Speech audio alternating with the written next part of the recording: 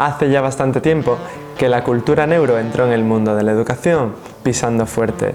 Y es bastante corriente encontrar sustantivos que sí que nos suenan más, como pedagogía o psicología, acompañados de este prefijo. La neurociencia se ha abierto su propio camino precisamente por la importancia de sus aportaciones en las distintas disciplinas del saber. Como nos dice el doctor Francisco Mora, tanto en pedagogía como en psicología o en educación, la neurociencia nos permite migrar de la cultura de la experiencia a la cultura de la evidencia. Gracias a esto hemos podido arrojar luz a las distintas afirmaciones erróneas o malas interpretaciones que se han hecho sobre nuestro cerebro y el funcionamiento de este. Estas últimas son las que conocemos como neuromitos. Si te interesa saber más sobre ellos o saber cuáles son los que más han calado en el mundo de la educación, quédate aquí con nosotros en Ideas para Profes. Ideas para Profes.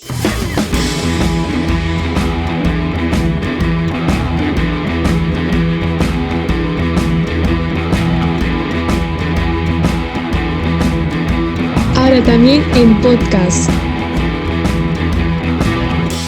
Ideas para Profes. Suscríbete. Antes de hablar sobre cuáles son los neuromitos más conocidos en el mundo de la educación, quizás nos convendría hablar primero sobre qué es un neuromito. En palabras del neurocientífico John T. Brewer, un neuromito puede ser considerado como una creencia inapropiada sobre el funcionamiento del cerebro y la estructura del mismo. O, acorde a otra definición, en este caso la de Francisco Mora, los neuromitos pueden ser definidos como falsas creencias originadas a la hora de tratar de aplicar la neurociencia a la educación y la enseñanza. Los neuromitos han hecho bastante daño en el mundo de la educación, tanto es así que diversos centros de enseñanza han creado y vendido programas de formación basados principalmente en neuromitos. Sin embargo, en la actualidad, gracias al avance de las disciplinas neuro y al desarrollo y uso de la tecnología con aplicación a la ciencia, como por ejemplo las tomografías computarizadas o las electroencefalografías, conocemos mucho más sobre nuestro cerebro y vemos que esos neuromitos tenían graves errores de base. De nuevo, citando al doctor Francisco Mora, él nos dice que contamos con más de 50 neuromitos en la actualidad y la cantidad sigue creciendo. Algunos de los neuromitos son archiconocidos, como por ejemplo el neuromito que dice que solo usamos el 10% del cerebro, o aquel tan conocido y tan estudiado de las inteligencias múltiples. Ahora sí, vamos a ver los neuromitos.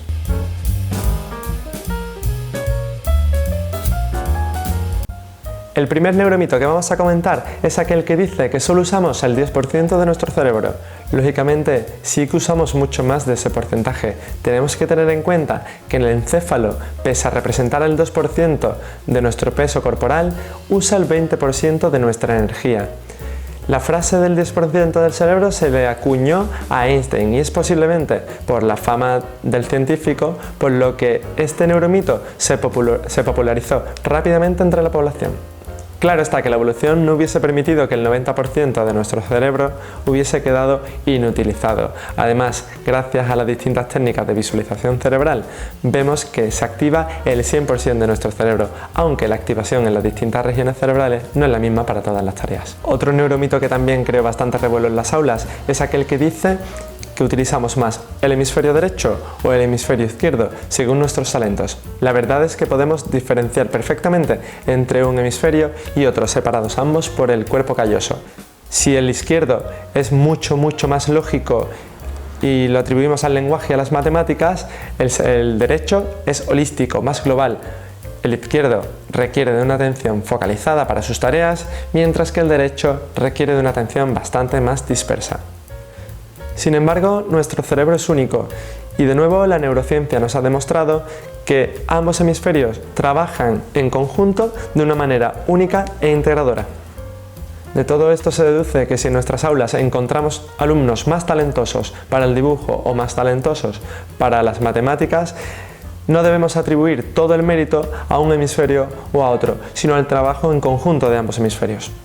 La importancia de los 3 primeros años de vida también es un neuromito. Se suele decir que durante estos primeros años se adquiere información que retendremos toda la vida y que además aumentará nuestra capacidad cognitiva. La pregunta es la siguiente: ¿acaso no es verdad que estos años son cruciales? La respuesta, sin duda, es afirmativa. Son años cruciales, años de una enorme proliferación sináptica, es decir, de creación de redes neuronales. Fue precisamente por esto por lo que se especuló que era una ventana de aprendizaje ideal estos 3 primeros años de vida para inundarlos con contenido y con vocabulario innecesario que supuestamente mejoraría nuestra capacidad cognitiva. Sin embargo, lo que se obvió al lanzar tal afirmación es que no existe evidencia alguna entre la relación de dicho fenómeno de proliferación sináptica, es decir, este proceso biológico, con los procesos de aprendizaje. Además, una de las cosas que no podemos obviar es que la espontaneidad, la naturalidad, el placer y el juego son los motores verdaderos del aprendizaje durante estos primeros años de vida. Ahora bien, si hay un neuromito verdaderamente extendido y que se opone directamente a la concepción unitaria de las inteligencias, es la teoría de las inteligencias múltiples, de Howard Gardner.